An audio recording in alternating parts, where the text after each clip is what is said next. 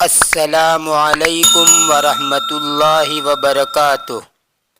بسم اللہ الرحمن الرحیم۔ سامعین و ناظرین، القراءۃ الراشدہ جزء ثانی کے 10 اسباق آپ کے سامنے پیش کیے جا چکے ہیں۔ آج کا ہمارا یہ سبق اسی کتاب کا سبق نمبر 11 ہے۔ تو آئیے ترجمہ شروع کرتے ہیں۔ بسم اللہ الرحمن الرحیم۔ العین، آنکھ۔ عین کا معنی آنکھ۔ عین کے اور بہت سے معنی آتے ہیں، جیسے عین کا ایک معنی ہوتا ہے چشمہ۔ چشمہ سے مراد آنکھوں پر پہننے کا نہیں، بلکہ زمین سے پانی نکل رہا ہو، زمین سے پانی پھوٹ رہا ہو تو اس کو کہا جاتا ہے چشمہ، جس کو انگلش کے اندر سورس بولتے ہیں، پانی کا چشمہ۔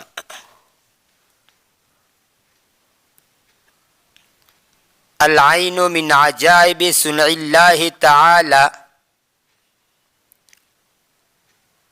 آنکھ اللہ تعالیٰ کی عجیب و غریب کاریگری میں سے ہیں۔ صنع کا معنی کام، عمل۔ قرآن کریم کے اندر ہیں وَهُمْ يَحْسَبُونَ أَنَّهُمْ يُحْسِنُونَ صُنْعًا، اور اسی سے مصنوعۃ بنائی ہوئی چیز۔ اور عجائب یہ عجیبۃ کی جمع ہے، انوکھی چیز کو کہا جاتا ہے۔ فقد خلقها اللہ تعالی مرآۃ صافیۃ تتحرک یمینا و شمالا، اللہ تعالیٰ نے اس کو صاف شفاف آئینہ بنایا جو دائیں بائیں اوپر نیچے حرکت کرتی ہے۔ خلق یخلق خلقا، اس کا معنی ہے پیدا کرنا۔ یمیناً دائیں جانب اور شمالاً بائیں جانب، فوق اوپر، تحت نیچے۔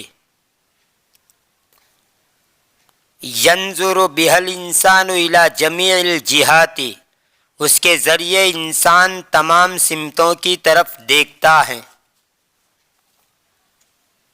جہت ان کی جمع جہات، سمت۔ ثم وضعها فی محجر صلب من العظم، پھر اس نے اس کو ہڈی کے مضبوط خانے میں رکھا۔ محجر اور محجر آنکھ کا خانہ، اس کی جمع آتی ہے محاجر۔ اور صلبن کا معنی مضبوط، سخت، طاقتور، ٹھوس چیز۔ کمر کی ریڑھ کی ہڈی کو بھی صلبن کہا جاتا ہے، جیسے قرآن کریم کے اندر ہیں یخرج من بین الصلب والترائب، اور اسی طرح صلب کے معنی نسل اور خاندان کے بھی آتے ہیں، جیسے قرآن کریم کے اندر ہیں وَحَلَائِلُ أَبْنَائِكُمُ الَّذِينَ مِنْ أَصْلَابِكُمْ،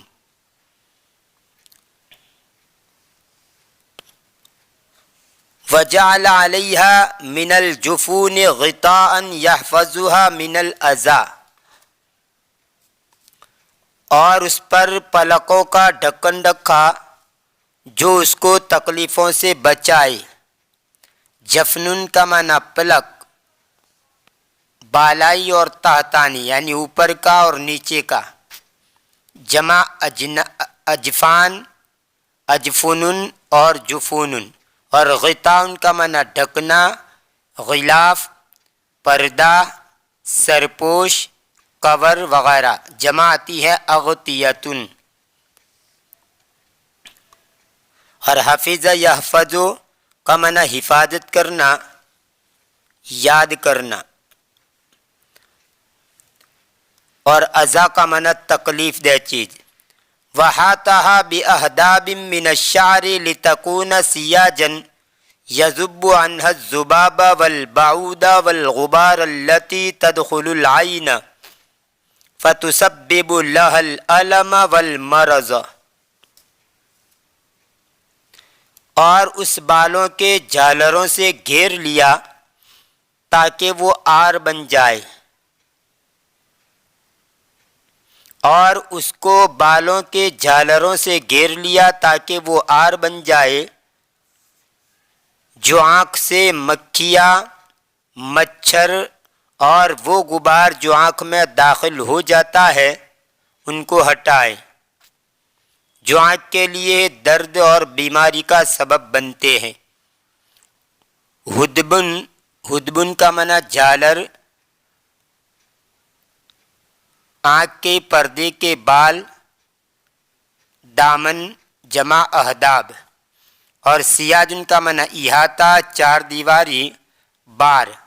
السیاج الحدیدیو، لوہے کا جنگلہ جس سے احاطہ کیا جائے.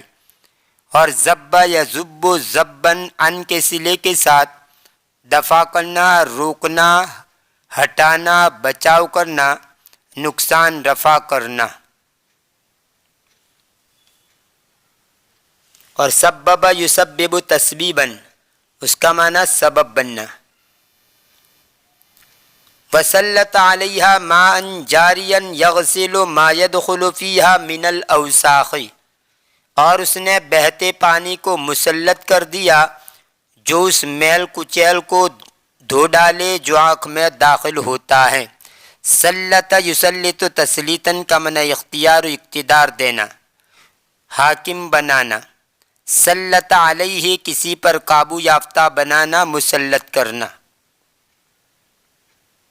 اور جرا یجری جرین کا معنی بہنا، دوڑنا. اسی سے اس میں فاعل کا صیغہ ہے جارین، جارن. یہ حالت نسبی میں جارین، یہاں پر بہنے والا ترجمہ ہوگا. ماء جارین، بہنے والا پانی. اور وسخ ان کی جمع اوساخ، میل کچیل.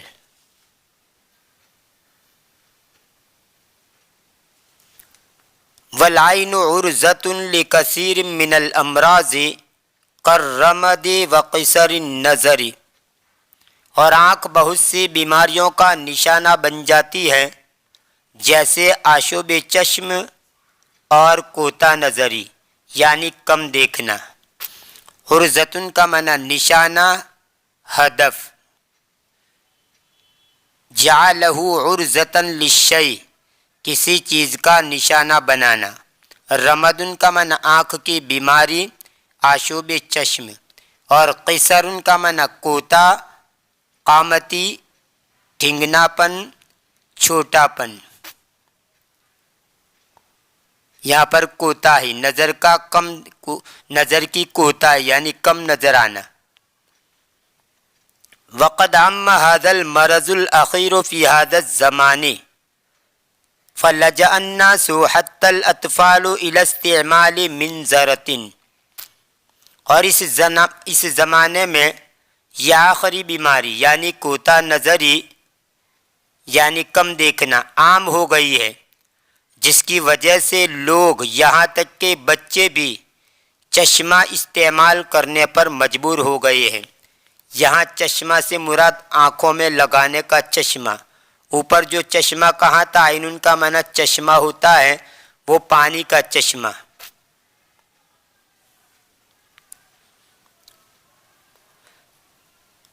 وللاجتناب عن هذه الامراض یحسن الاعتزال عن الغبار والاتربة،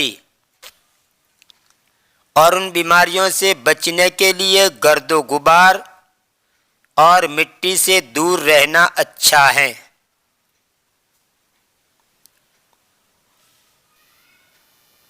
وَيَحْسُنُ التَّجَوُّلُ فِي الْأَمَاكِنِ الْفَسِيحَةِ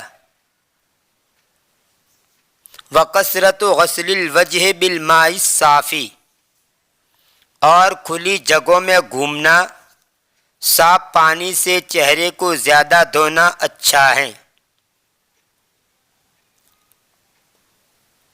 ترابن کا معنی مٹی، اس کی جمع آتی ہے اتربتن، اور تجول یتجول تجولن، اس کا معنی ہے گھومنا۔ دار یدور کے معنی کے اندر جالا یجولو بھی آتا ہے ثلاثی مجرد سے جالا یجولو، اور اسی طرح باب تفاعل سے تجول یتجولو، اور دار یدور دورن و دورانن، ان سب کا معنی ہے گھومنا۔ اور اماکن الفسیح کھلی ہوئی جگہ، فسیح کا معنی چوڑا، کھلا، کھلی ہوئی جگہوں میں۔ فَإِنَّهُ يَجْلُ الْعَيْنَ وَيُنَقِّيهَا مِنَ الْأَوْسَاخِ وَالْقَذَى، اس لیے کہ وہ آنکھ کو چمکاتا ہے اور اس کو میل اور تنکوں سے صاف کرتا ہے۔ وَلِذَلِكَ كَانَ الْوُضُوءُ 5 مرات كل يوم خصوصاً فی الصباح عند القیام نافعا جدا، اور اسی وجہ سے روزانہ 5 مرتبہ خاص طور پر صبح میں بیدار ہونے کے وقت وضو کرنا بہت ہی فائدہ مند ہے، فائدہ دینے والا ہے۔ قضا اور قضا یہ قضاتن کی جمع ہے، تنکا یا ذرہ جو آنکھ میں گر جائے۔ آنکھ کی کیپر کو بھی کہا جاتا ہے۔ ایک شعر ہے یہاں پر یاد آ رہا ہے، غیر کی آنکھوں کا تنکا تجھ کو آتا ہے نظر، غیر کی آنکھوں کا تنکا تجھ کو آتا ہے نظر، دیکھ ظالم اپنی آنکھوں کی ذرا شہتیر بھی، دیکھ ظالم اپنی آنکھوں کی ذرا شہتیر بھی، یعنی لوگوں کے معمولی عیب تجھے دکھائی دے دیتے ہیں اور اپنے اندر پہاڑوں جیسے عیب ہوتے ہیں، بڑے بڑے عیب ہوتے ہیں، وہ تجھے نظر نہیں آتے۔ غالباً حدیث بھی ہے،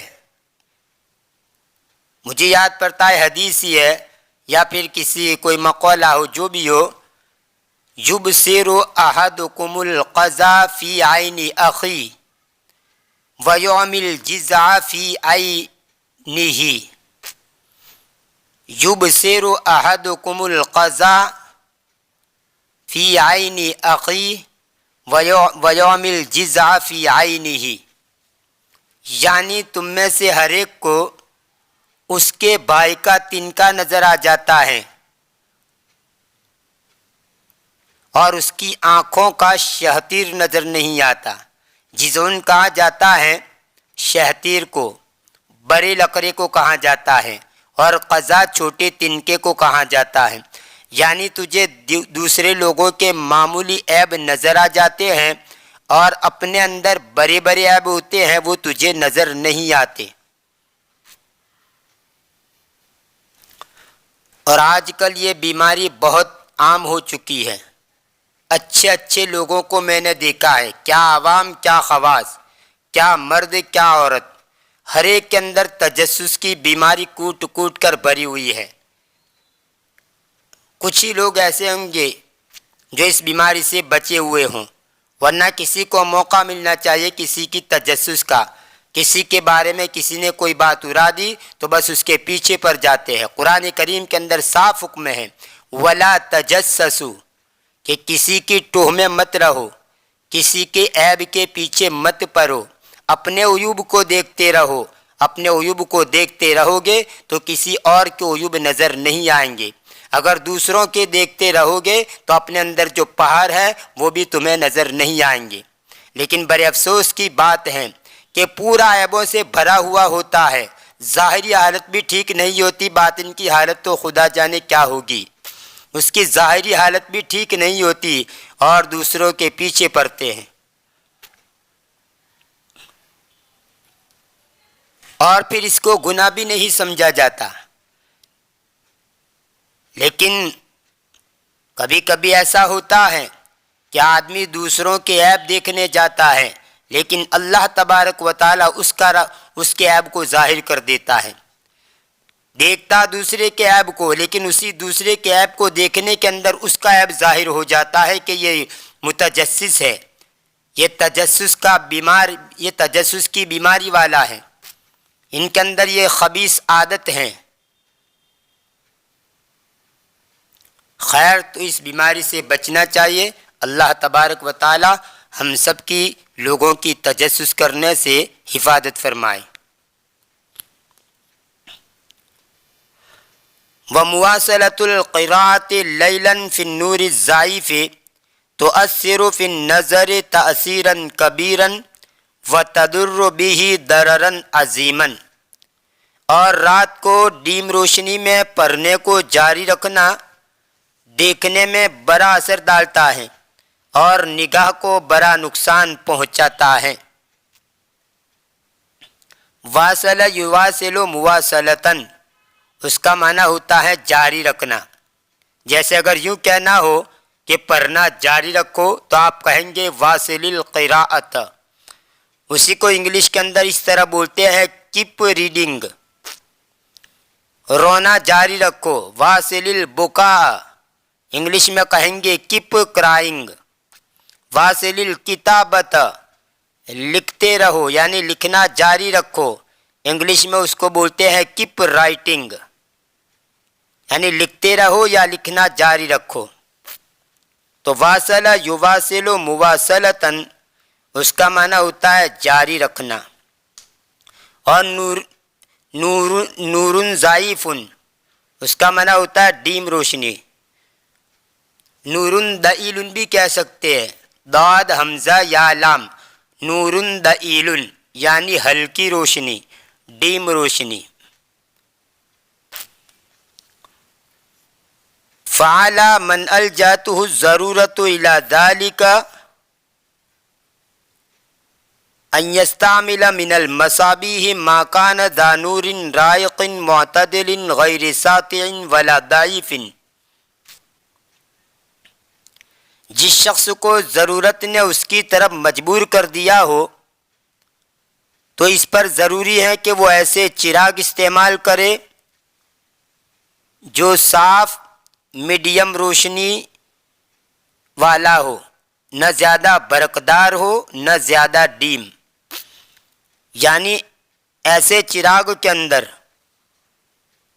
مطالعہ کرے اور ایسے چراغ کو جلا کر پڑھے کہ جو زیادہ تیز بھی نہ ہو، زیادہ برقدار نہ ہو اور نہ زیادہ ڈیم ہو، بلکہ میڈیم لائٹ دیتا ہو۔ سطع یسطع سطعا و سطوعا، اس کا معنی ہوتا ہے بلند ہونا، پھیلنا، اور سطعا نوروں کا معنی روشنی پھیلنا، اور معتدل کا معنی میڈیم اور سیدھا، اور رائقن اس کا معنی ہوتا ہے صاف خوشنما۔ راق یروق روقن کا معنی صاف و شفاف ہونا، اچھا ہونا، تو رائقن کا معنی خوشنما، اچھا دکھنے والا۔ والعین جوہرۃ غالیۃ لا یمکن ان تشتری بالمال، اور آنکھ قیمتی جوہر ہے، اس کو مال سے خریدا جانا ممکن نہیں ہے۔ یعنی آنکھ ایسا جوہر ہے، ایسا عضو ہے کہ جس کو مال سے خریدا نہیں جا سکتا۔ جس کی آنکھ نہیں ہے اس سے جا کر پوچھو کہ آنکھ کی کیا قیمت ہے۔ وَبِهَا يَتَمَتَّعُ الْإِنسَانُ بِجَمَالِ الطَّبِیعَہ، اور اسی کے ذریعے انسان فطرت کی خوبصورتی سے لطف اندوز ہوتا ہے۔ وَيَقْضِي بِهَا حَاجَاتٍ فِي نَفْسِهِ، اور اسی کے ذریعے اپنی ضروریات پوری کرتا ہے۔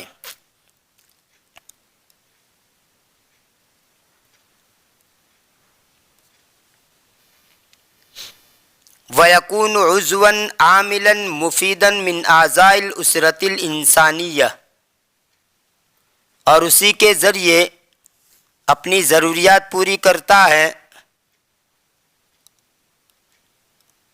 وَيَكُونُ عُضْوًا عَامِلًا مُفِيدًا مِنْ أَعْضَاءِ الْأُسْرَةِ الْإِنسَانِيَّةِ، اور وہ انسانی خاندان کے پارٹوں کا کارآمد اور مؤثر پارٹ ہے۔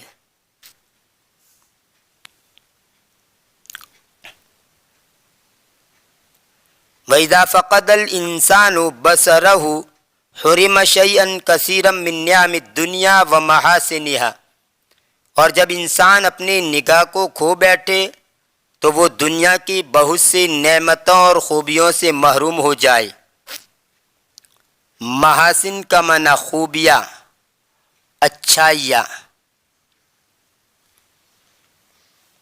اور حرم یا حرموں کا معنی محروم کر دینا، اور اس کو مجهول پڑھیں گے حرمہ تو اس کا معنی محروم ہو جانا۔ نعمتن کی جمع نعم، فَكَأَنَّمَا أَظْلَمَ لَهُ الْعَالَمُ، گویا کہ دنیا اس کے لیے تاریک بن جائے۔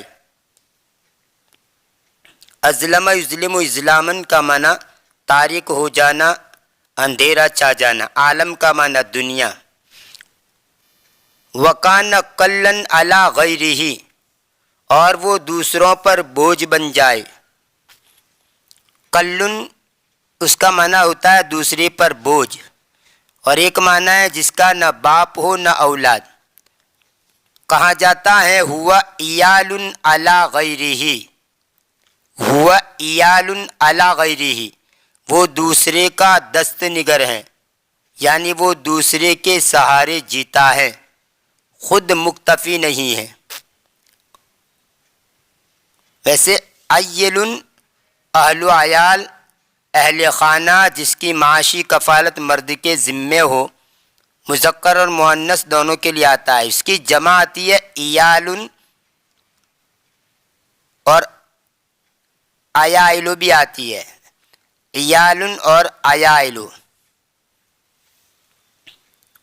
وَكَانَ قَلًّا عَلَى غَيْرِهِ، اور وہ دوسروں پر بوجھ بن جائے۔ وَرُبَّمَا كَانَ عِيَالًا عَلَى حَسَنٍ حَقِيرَةٍ لَا يَمْشِي بِغَيْرِهَا،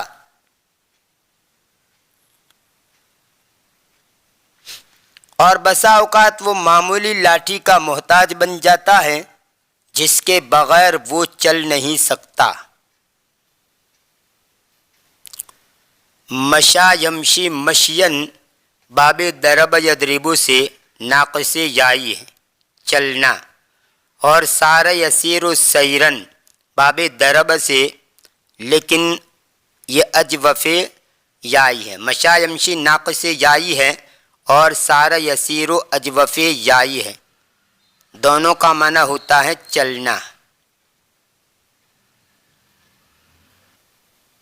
یہ تھا آج کا ہمارا سبق نمبر 11۔ انشاءاللہ آنے والے ویڈیو میں آپ کے سامنے اس کتاب کا سبق نمبر 12 پیش کیا جائے گا، تب تک کے لیے انتظار کیجیے۔ ویڈیو پسند آیا ہو تو لائک کیجیے، اور ہمارے چینل کو سبسکرائب کر کے چینل سے جڑ جائیے، بیل آئیکن کو بھی ضرور پریس کیجیے، اور اس ویڈیو کو زیادہ سے زیادہ شیئر کیجیے تاکہ دوسرے لوگ بھی فائدہ اٹھا سکیں۔ ملتے ہیں اگلے ویڈیو میں، دعاؤں میں یاد رکھیے۔ فی امان اللہ، الی اللقاء۔